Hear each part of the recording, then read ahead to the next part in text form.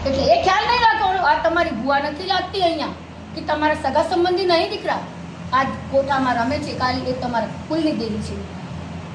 તમારા બાપના બાપ દાદા હતા ને એ મને પૂજતા હતા દીકરા તો 3 પેઢી છતાં મારી દીકરી જન્મ લીધો એ પરિવારમાં એ દીકરીના અંદર નાની નાની મોટી થઈ દીકરી ટગલે ભરતી થઈ ને 7 વર્ષથી દીકરીના કોઠે મને આવવું પડ્યું દીકરા તો મારી દીકરી પરણીને સાસરે આવી તો એમના સાથે હું સાસરે આવેલી છું તમે એમ નહીં જાણતા કે મારી દીકરી કોઈથી ઉપાડીને લાવી છે કોઈની આખીલી નહીં કોઈ બોપાની નહીં કોઈ ભુવાની નહીં દીકરા હું તો આપે આપ પ્રગટ થયેલી છું દીકરા એ ખ્યાલ રાખજો દીકરા આ મંદિર મારી દીકરીનું નથી તમારું બધાનું જ છે એ ખ્યાલ રાખજો મારી દીકરી તો એક નિમિત્ત છે મને બેસાડી છે દીકરા